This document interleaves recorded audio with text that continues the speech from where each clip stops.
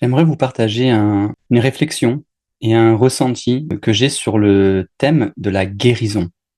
Parce qu'on peut lire la guérison à différents niveaux, sur le plan physique, sur le plan émotionnel, et puis sur un plan un petit peu plus subtil, voire même philosophique. Et pour faire simple, et pour ceux qui veulent pas aller au bout de la vidéo, qui sont à la limite de décrocher déjà, la guérison, pour moi en tout cas, c'est l'absence de résistance. Voilà, fin de l'histoire. Si tu es encore là, c'est cool, je vais approfondir le sujet. On a tendance à se dire que guérir sur le plan physique, c'est une régénération cellulaire. On se blesse, le corps reconstruit la partie qui s'est blessée, les tissus, etc. Et il le fait grâce à une mémoire génétique. Au niveau des cellules, il y a une mémoire, les cellules mères et les cellules filles, qui se régénèrent et qui, au fur et à mesure des générations, perdent un petit peu de la précision du code génétique. Notamment au niveau de l'ADN, il s'agit des télomères particulièrement, qui s'amenuisent, on va dire, pour faire simple, avec le temps, et qui ne reproduisent plus, ne participent plus à une bonne reproduction cellulaire dans le corps, et qui fait que finalement on vieillit. Donc sur le plan de la régénération, c'est la même chose, c'est ce mécanisme qui est à l'œuvre, et qui fait que quand on se blesse, on se régénère, mais peut-être pas à 100% comme le corps était avant. Parfois, oui, il y a plein de possibilités que ça soit à 100%. J'y viendrai dans les sphères plus subtiles de la guérison. Mais techniquement, mécaniquement, sur le plan physique, c'est comme ça que ça se passe. Sur le plan émotionnel, c'est encore autre chose. Mais finalement, on va toujours revenir à la même chose qui est l'absence de résistance. Ça, c'est le fil rouge de cette vidéo. Et tu vas comprendre si tu restes jusqu'à la fin.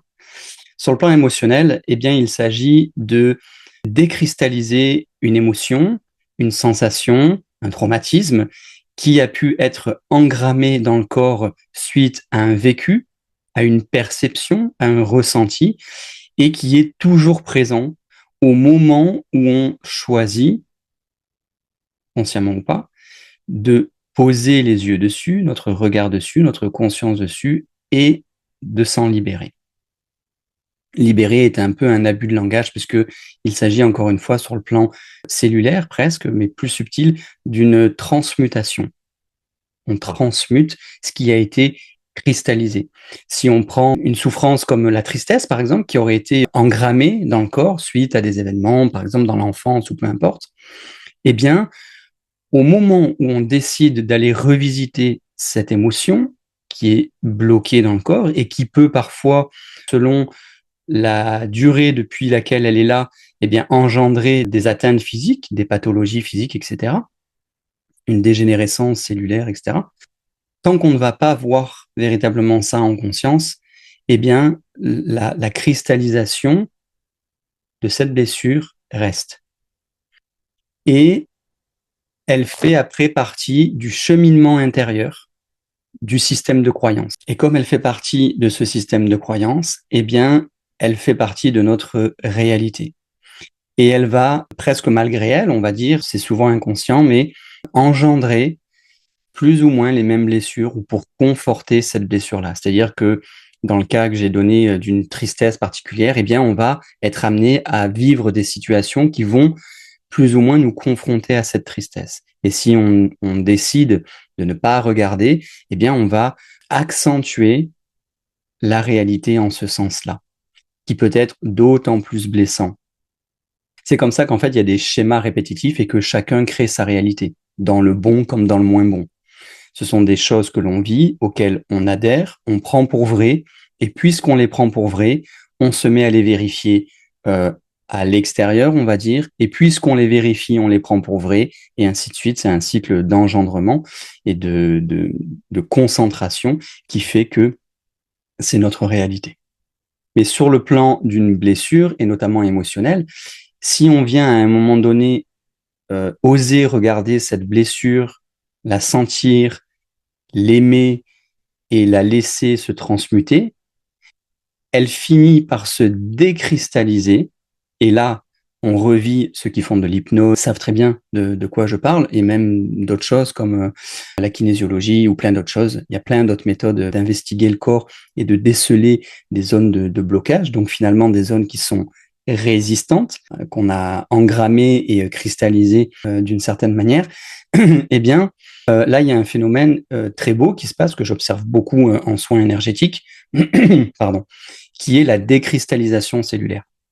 À partir du moment où on remet la conscience dessus et on apporte suffisamment d'amour et de douceur, eh bien, la blessure se décristallise, on la revit généralement avec plus ou moins d'intensité au moment où elle a été cristallisée. Généralement, en hypnose, on peut très bien voir ça. En soins énergétiques, c'est parfois moins palpable, mais on peut revivre avec toutes les nuances la blessure au moment où on l'a engrammée. Si par exemple on avait 4 ans et c'était lors, je sais pas moi, de séparation des parents et qu'on l'a vraiment mal vécu, ça nous a affecté, rendu très triste, eh bien il est possible que des images reviennent de cette période-là de notre vie avec des sensations, avec des images et qui nous font revivre intégralement la scène en fait, ou la succession de scènes qui a amené à cette cristallisation. Ça, c'est le phénomène de guérison au niveau vibratoire, on va dire. J'ai évoqué le plan émotionnel, mais jusqu'à des plans plus subtils, c'est ça. Même jusqu'au 7e plan, c'est ça. Avec des nuances sur la revisite de la cristallisation. Donc, on est toujours dans le fait à un moment donné avoir cristallisé et résisté à une situation, à une expérience qui fait que ça s'est engrammé dans le corps. Et tant qu'on ne décide pas d'aller la voir en conscience, de l'aimer et de la laisser se transmuter, eh bien, on vit avec comme une réalité plus ou moins conscientisée. Que ça soit désagréable ou pas d'ailleurs. La majorité des souffrances sont évidemment désagréables. Mais parfois, le mental nous évite de les revisiter parce qu'il pense que c'est bon, on a souffert une fois, on ne va pas ressouffrir une seconde fois. Or, c'est très libérateur, évidemment. Même si sur l'instant, ça ne fait pas forcément du bien de revisiter un instant qui a été souffrant, mais c'est assurément libérateur. Et qu'est-ce qui se passe une fois décristallisé ou en train de se décristalliser? Eh bien, il y a tout un potentiel de cellules qui avaient engrammé un vécu, qui n'était donc pas disponible pour autre chose, pour l'instant présent, qui, en se libérant, les cellules se mettent à nouveau à respirer et elles peuvent engrammer l'énergie de l'instant présent. C'est une forme de maturation. Puisque dans le cas que j'ai évoqué, une résistance, une cristallisation cellulaire vécue à, par exemple, l'âge de 4 ans que j'ai donné, pour garder cet exemple-là, eh bien, les cellules qui étaient cristallisées, elles étaient comme des verres pleins, comme des récipients pleins. Elles ne pouvaient pas accueillir autre chose. Or, chaque cellule est un potentiel dans l'instant présent. Donc, en fait, on s'est privé pendant des mois, des semaines, parfois des années, parfois toute une vie, à un potentiel cellulaire qui va de toute manière se renforcer, se nécroser, même sur le plan énergétique, ça se voit dans les champs énergétiques, je le vois beaucoup. Et jusqu'au final, en fait, c'est un potentiel de vie qui n'est pas activé, qui n'est pas utilisé au service de l'instant présent. Donc, la guérison, à ce niveau-là, va être de oser regarder dedans, peu importe la technique qu'on utilise, que ce soit la méditation, la kinésio, l'hypnose ou plein d'autres méthodes qui me viennent pas là à l'esprit. Mais tant qu'on fait pas ça, il n'y a pas vraiment de guérison. Et puis, je l'évoquais, ce niveau-là de cristallisation peut aller dans des sphères un peu plus subtiles. La sphère émotionnelle, certes, mais la sphère mentale, où là, on va rentrer dans des dynamiques plus psychologiques et psychiques, et également de la dynamique de la pensée, sachant que tout se fait dans le sens inverse de ce que j'exprime là. C'est-à-dire que le malaise, la blessure ne vient jamais du corps physique. Jamais. C'est impossible. Ça vient toujours des couches supérieures de l'aura. C'est toujours énergétique avant que ça se cristallise dans le corps. Alors pour beaucoup d'entre vous, c'est une évidence, mais j'ai souvent vu des personnes sur Internet et des gens qui ont parfois des grosses audiences évoquer ce genre de choses, que le physique, c'est le physique, et si on est malade, c'est à cause de ça, il faut prendre tel complément alimentaire, on est en déficit de ça, de ça. Et je dis pas que c'est faux, mais ce n'est qu'une conséquence. Ce n'est jamais la cause. On peut voir ça comme une succession de couches énergétiques qui s'interpénètrent, dont le corps physique n'est que la dernière couche énergétique, la plus dense, la plus observable. Mais toutes les autres sont observables, hein, que les choses soient claires. Il suffit de, de se disposer intérieurement, vibratoirement, pour les laisser apparaître. Mais elles sont présentes, elles sont visibles, elles sont observables, on peut agir dessus. Et quand on voit ça, on voit très bien, très naturellement, que la maladie est une descente dans les couches énergétiques de plus en plus profondément avant de se manifester au corps physique. Et c'est souvent là que on tire la sonnette d'alarme. Ah ouais, ça va pas bien. Ben ouais, ça va pas bien. Et ça fait peut-être 1 an, 2 ans, des années que ça va pas bien en fait. Mais il n'y a pas eu une conscientisation, une sensation particulière au niveau des couches supérieures, que déjà il y avait des choses qui étaient en route. Donc, la guérison, finalement, elle peut se faire déjà à des niveaux supérieurs. Elle peut se faire au plan mental, elle peut se faire au plan de la pensée. Quelqu'un qui rumine des pensées que je vais dire pour rester duel et compréhensible, hein. Bien sûr, il y a énormément de nuances, mais bon, on va faire simple. Oh, je suis un lâche, je suis qu'un nul, j'y arriverai pas, parce que papa a dit que, ou parce que maman a dit que, ou parce que le grand-père a dit que, ou parce que l'école a dit que.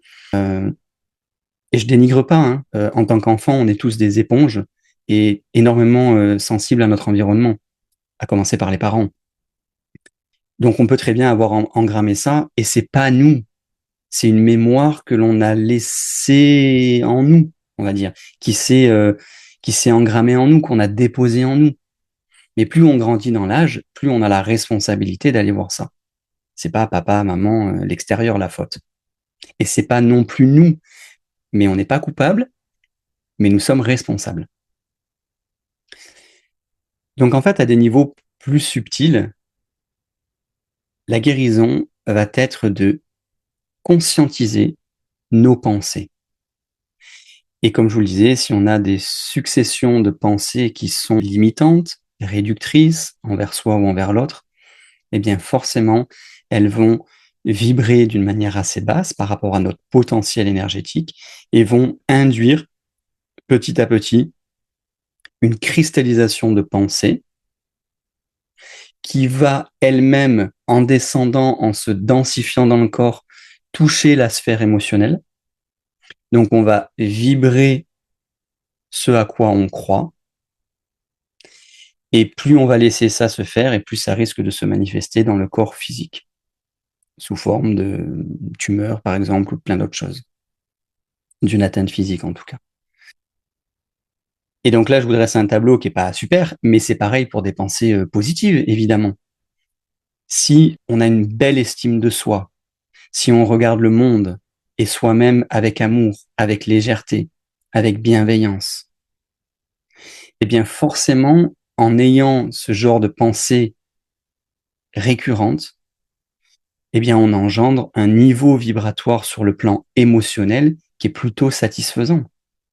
Et donc on limite considérablement, voire on favorise une meilleure régénération cellulaire sur le plan physique également. On ne va pas rentrer ici dans l'épigénétique, mais c'est ça. Il y a la génétique qui est la source de base, le potentiel avec lequel on vient, issu de la rencontre du père et de la mère. Mais l'épigénétique nous montre depuis de très nombreuses années que la qualité de nos pensées, de notre environnement, induit considérablement notre matériel génétique. Ok. Et ça, on en est responsable, quoi, à 100%. Et puis, pour aller un peu plus haut et sortir complètement des couches énergétiques, il y a un endroit dans lequel Il n'y a pas de guérison, puisque la guérison, comme vous venez sûrement de le déduire, elle fait partie d'un mode de perception. Parce que à la base, si je reprends l'idée de la blessure, de la tristesse à l'âge de 4 ans pour une séparation, due à une séparation parentale, eh bien, ça a été la manière dont on a vécu les choses. Et uniquement la manière dont on a vécu les choses. On aurait pu la vivre de plein d'autres manières différentes. Donc, je ne vais pas rentrer dans le pourquoi du comment, il y a plein de choses qui rentrent en ligne de mire, effectivement, mais c'est pour mettre en parallèle le fait que tout est un regard. Et il y a un niveau vibratoire dans lequel nous sommes, dans lequel nous sommes tous d'ailleurs, qui est un niveau d'unité, d'ultime présence, dans lequel il n'y a pas de guérison. Parce que nous sommes déjà tous un. Donc ça nous fait bien percevoir, en tout cas moi, que la guérison, elle est complètement liée à un niveau perceptuel de notre expérience. Il y a un élément qui fait le pont avec ça et qui est particulièrement signifiant, ce sont les miracles. Il y a des personnes, vous le savez, depuis des centaines d'années, probablement plus, des milliers d'années, ça existe depuis toujours finalement, qui vivent ou qui ont vécu des miracles, même sur le plan physique. Combien de médecins se sont retrouvés devant des radios, mais je comprends pas, il y avait une tumeur hier, il se passe quoi là? Vous avez fait quoi? Ben rien. Ah ok, il y a un problème là, parce que c'est pas explicable médicalement, scientifiquement, donc et des choses comme ça, il y en a plein, sans forcément se rapprocher de la religion, avec Lourdes, avec d'autres phénomènes, sans parler du Padre Pio ou de plein d'autres gens qui ont généré des miracles. Donc ça montre bien que sur le plan physique, sur le plan émotionnel, tout peut changer extrêmement vite et il peut y avoir une guérison à 100%.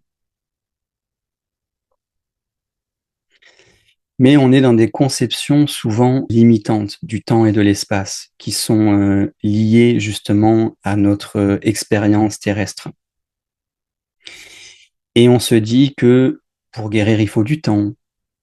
Pour guérir, il faut prendre tel et tel médicament ou il faut faire telle et telle chose. Alors qu'en fait, fondamentalement, c'est toujours la même chose, c'est toujours un changement de regard intérieur. De base, c'est toujours un changement de regard intérieur et de ce qu'on entretient. Après, il y a des niveaux d'atteinte qui peuvent susciter des interventions plus physiques en relation avec le plan d'atteinte. C'est-à-dire qu'on peut toujours enlever une tumeur en méditant, j'ai aucun doute dessus, ou en priant. Il y a beaucoup d'études sur la prière qui ont été faites sur des groupes de malades, en double aveugle, etc. Je vous laisserai chercher ça. C'est mesuré scientifiquement, hein. Donc il n'y a aucun doute sur ça. Mais c'est pas non plus tout à jeter. C'est-à-dire que si on se retrouve avec une tumeur, ben, un coup de bistouri, on enlève la tumeur, hop, on recoue, et puis là, par contre, on peut se poser, méditer, faire un travail de cheminement intérieur pour comprendre, sentir ce qui nous a amené à là, et pour éviter d'y revenir, potentiellement. Tous les niveaux sont bien, et je ne dis pas que la chirurgie ou l'allopathie est moins bien. Elle est extrêmement symptomatique, parce qu'elle ne traite pas l'humain dans sa dynamique holistique, c'est-à-dire globale et entière dans son environnement, chose que font d'autres médecines comme la médecine chinoise ou ayurvédique, par exemple, depuis des milliers d'années. Mais bon, c'est pas le sujet de la vidéo.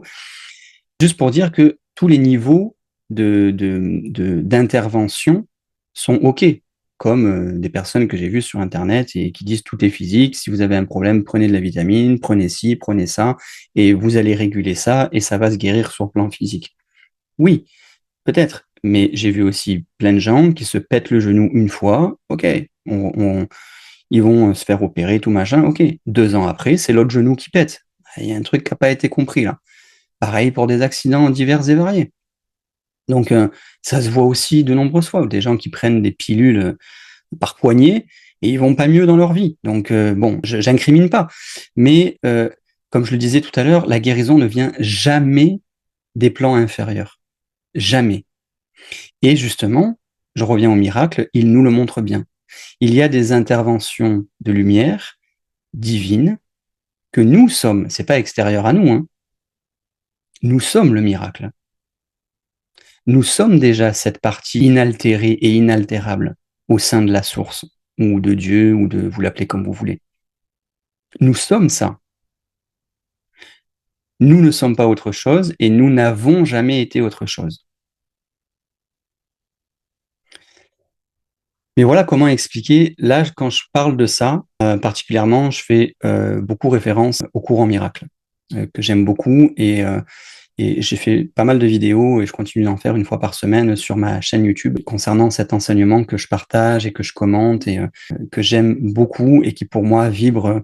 C'est un peu le Graal pour moi. Je trouve que cet enseignement est absolument majestueux, d'une radicalité et d'une beauté vraiment incommensurable. Donc, ça, c'est ce que nous sommes au plus haut. Mais dans le processus de densification, d'incarnation, eh bien, nous nous sommes quelque part séparés, ou en tout cas, nous avons l'illusion, c'est plus juste de le dire comme ça, que nous avons l'illusion d'être séparés de la source. Et donc, nous avons créé la dualité, la souffrance, la joie, etc., etc., et tout le panel d'émotions, de sensations que l'on peut avoir sur Terre et même dans les plans supérieurs. Et donc là, la guérison a son sens. Là, le miracle a son sens. Ici, le pardon a son sens. Mais pas dans le royaume de Dieu, puisqu'il n'existe que la paix et l'unité. Donc, sans partir sur une dynamique d'un courant miracle, si ça vous intéresse, allez voir, et peut-être que vous connaissez déjà, mais à ce niveau-là, il n'y a pas de guérison, puisque tout est un, tout est entier, tout est inaltéré, inaltérable, à jamais. Mais dans les sphères inférieures, on va dire, pas au sens péjoratif, mais au sens vibratoire, de la densification de l'énergie jusqu'à cette matière physique, qui n'est d'ailleurs que matière de manière un peu illusoire, hein, parce que bon, si on regarde sur le plan atomique, la matière telle que nous on l'aperçoit, la physique du corps et des choses, elle est extrêmement relative. Elle n'a même pas lieu d'être, en fait, elle n'existe pas. On est 99,9% de vide, et ça aussi, c'est vérifiable scientifiquement, on le sait déjà depuis longtemps. Donc tout est vibratoire, parce qu'au niveau atomique et même subatomique, on rentre dans les quarks, potentiellement dans des cordes, etc., la théorie des cordes, et en fait, tout est vibratoire.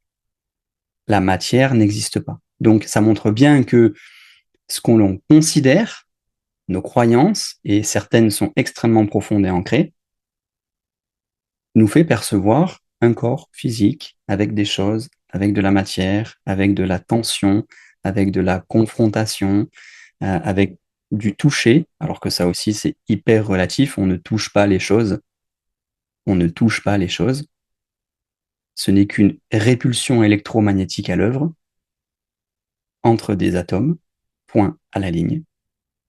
Ce qui fait qu'on a l'impression de toucher les choses, c'est l'information qui s'en dégage, qui rentre dans le champ énergétique, qui va jusqu'au système nerveux et qui, lui, donne des informations interprétées par le cerveau. Et comme on croit ça, eh bien, on croit toucher les choses, on croit interagir, on croit, etc. Si ça se trouve, tout est blanc, immaculé autour de nous et il n'a jamais eu rien d'autre. Petit clin d'œil à Matrix, mais en tout cas, il y a des choses intéressantes à aller explorer là-dedans. Donc, voilà le processus de guérison et je vous partage ça parce qu'en tant que thérapeute, comme je fais des soins énergétiques depuis de nombreuses années, et que j'ai la capacité de voir l'énergie, de voir l'aura, d'interagir avec les centres énergétiques, de voir leur interaction dans le corps avec les différents systèmes endocriniens notamment, mais le système sanguin, le système lymphatique, etc., etc. Tout est vibratoire, tout est énergie. Et vous l'avez peut-être d'ailleurs sûrement déjà vécu, quand on prend conscience d'un système dans lequel on est, d'un schéma qui nous a amené à une blessure, à un scénario qui se répète dans notre vie, relationnelle ou autre, et bien tout de suite, quand on pose notre conscience dessus, les choses commencent à se désamorcer. Et en poursuivant ce chemin, eh bien, ce qu'on appelle, en tout cas, ce que j'appelle par peut-être abus de langage, mais un chemin intérieur. Parce que fondamentalement, il n'y a pas de chemin. Au même titre qu'il n'y a pas de temps et il n'y a pas d'espace.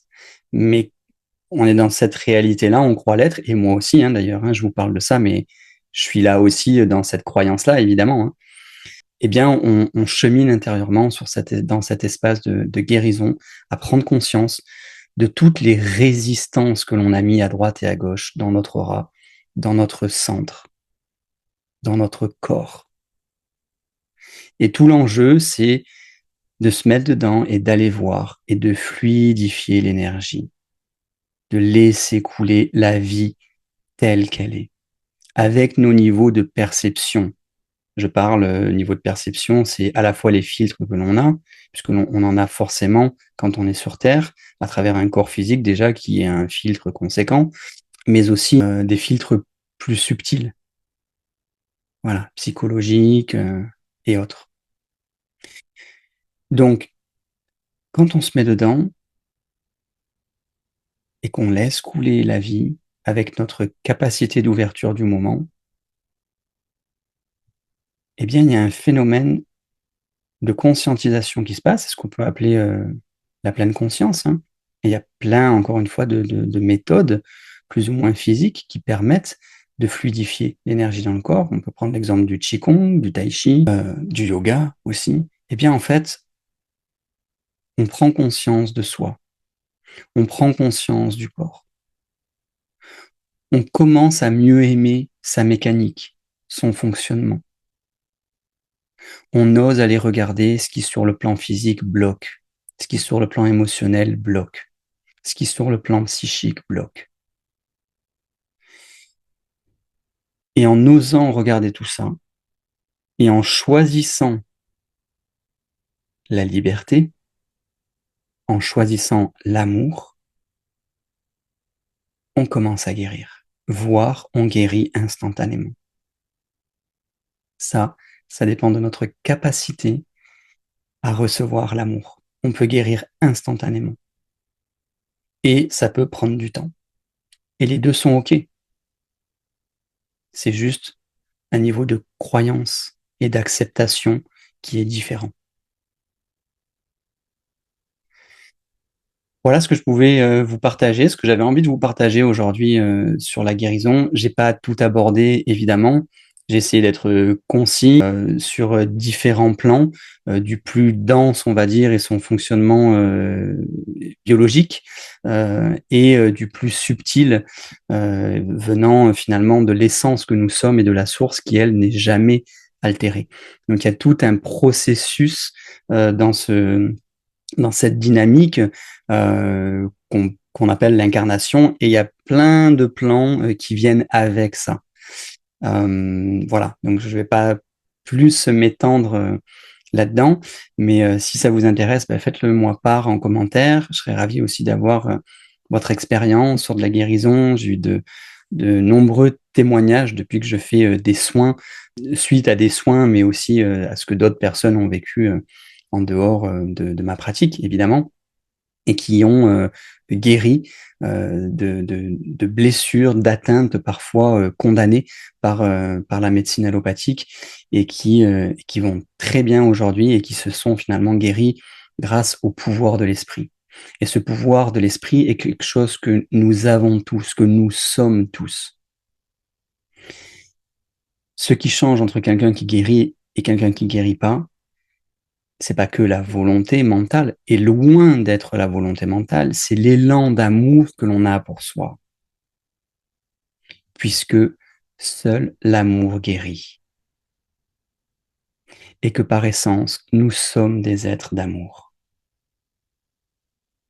Donc, retrouver cette vibration originelle en nous, la réhabiliter en nous, permet la guérison. Ce n'est jamais autre chose qui guérit. On peut atténuer, on peut soigner, mais le soin n'est pas de la guérison. Seul l'amour guérit. Jusqu'à se rendre compte